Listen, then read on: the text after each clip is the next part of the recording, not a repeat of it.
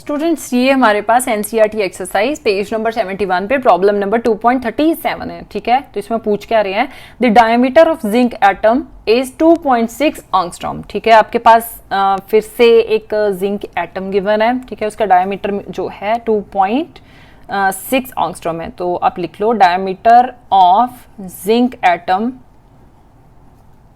Equal to 2.6 angstrom. ठीक है, अब इसमें पूछा क्या गया है, calculate radius of zinc atom in PPM. ठीक है, आपने क्या करना है, आपने पीपीएम में रेडियस बताना है जिंक एटम का।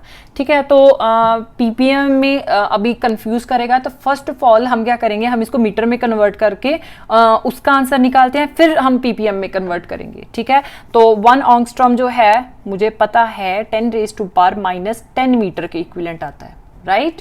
तो अब आप यह वैल्यू पुट कर दो, 2.6 इंटू 10⁻⁻10 मीटर आ गया। ठीक है, अब आप रेडियस जो है वो फाइंड आउट कर सकते हो। रेडियस का फॉर्मूला क्या आता है, diameter equal to 2 into radius. ठीक है, और रेडियस क्या हो जाएगा, radius equal to diameter by 2 हो जाएगा। ठीक है, ये बेसिक फॉर्मूला है, आपने माइट बी 7th 8th में पढ़ा होगा, so it's not a tough thing. तो अब आप ये जो है रेडियस निकाल सकते हो। तो radius of zinc atom equal to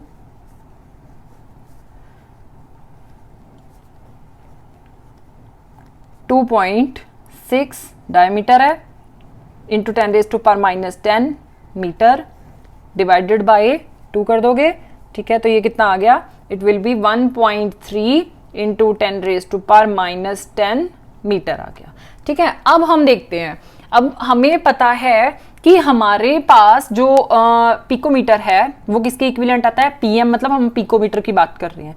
ठीक है, तो 1 picometre is equivalent to 10⁻⁻12 metre के इक्विवेलेंट आता है। ठीक है, तो अब हम इस वैल्यू को जो है इस फॉर्म में, इस फॉर्मेट में कन्वर्ट करेंगे। तो can I right it like 130। ठीक है, ये आपके पास 130 डिवाइडेड बाय ये क्या हो जाएगा, 100 हो जाएगा इंटू 10⁻⁻10 मीटर आ गया। क्यों, क्योंकि हमने एक पॉइंट जो है यहाँ से हटा दिया और नीचे 10 लगा दिया। ठीक है, इसके साथ एक 0 ऐड कर दिया, तो डेफिनेटली हमारे पास एक और 0 जो है 10 में ऐड हो जाएगा। ठीक है, अब ये वैल्यू हम सिंप्लीफाई कर सकते हैं, 130 इंटू 10⁻⁻10। अब ये 100 मतलब 10⁻2 है। ठीक है, आप साइड पे लिख भी सकते हो, 100 इक्वल टू 10⁻2। डिनोमिनेटर में 2 आ रहा है, तो न्यूमरेटर में जाके ये -2 हो जाएगा, सो 10⁻⁻2 मीटर आ गया। ठीक है, 130 इंटू 10⁻⁻12 मीटर आ गया। अब हमने यहाँ पे बात की हुई है कि 1 पिकोमीटर इक्वल टू 10⁻⁻12 मीटर, तो ये क्या हो गया, 130 पिकोमीटर, मतलब आपका रेडियस जो है पिकोमीटर में आपने निकाल लिया। डन। अब नेक्स्ट क्या बोल रहे हैं, number of atoms present in a length of 1.6 centimetre if the zinc atoms are arranged side by side lengthwise. ठीक है, फिर से जिंक एटम जो है वो साइड बाय साइड जो है अरेंज्ड है। ओके, आपने नंबर ऑफ एटम्स बताने हैं जिसकी लेंथ जो है 1.6 सेंटीमीटर हो। ठीक है, फिर से हम क्या करेंगे, ये हमारा फर्स्ट क्वेश्चन था। ठीक है, आप इसको ए लिख लो and this is our B question. अब इसमें यूनिटी मेथड लगेगा कि हमारे पास जो एटम आ रहे हैं, एक जिंक एटम जो है उसका रेडियस इतना आ रहा है। ठीक है, तो अब आपको बताना है कि 1.6 सेंटीमीटर जो हमारे पास एटम है उनका रेडियस कितना आएगा।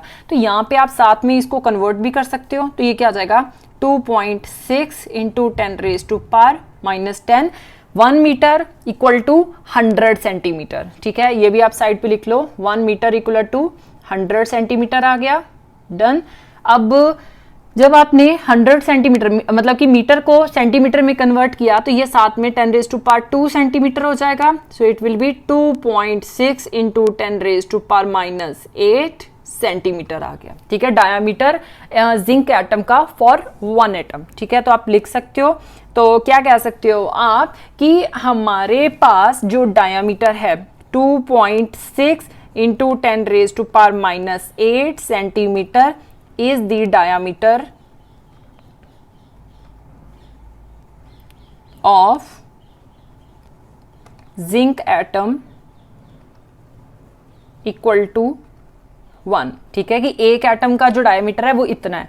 अब आप बताओ कि 1.6 में जो है कितने एटम्स आएंगे, तो क्या हो जाएगा 1.6 सेंटीमीटर इज द डायमीटर, तो नहीं कह सकते, इसको हम लेंथ कह देंगे, इज द लेंथ ऑफ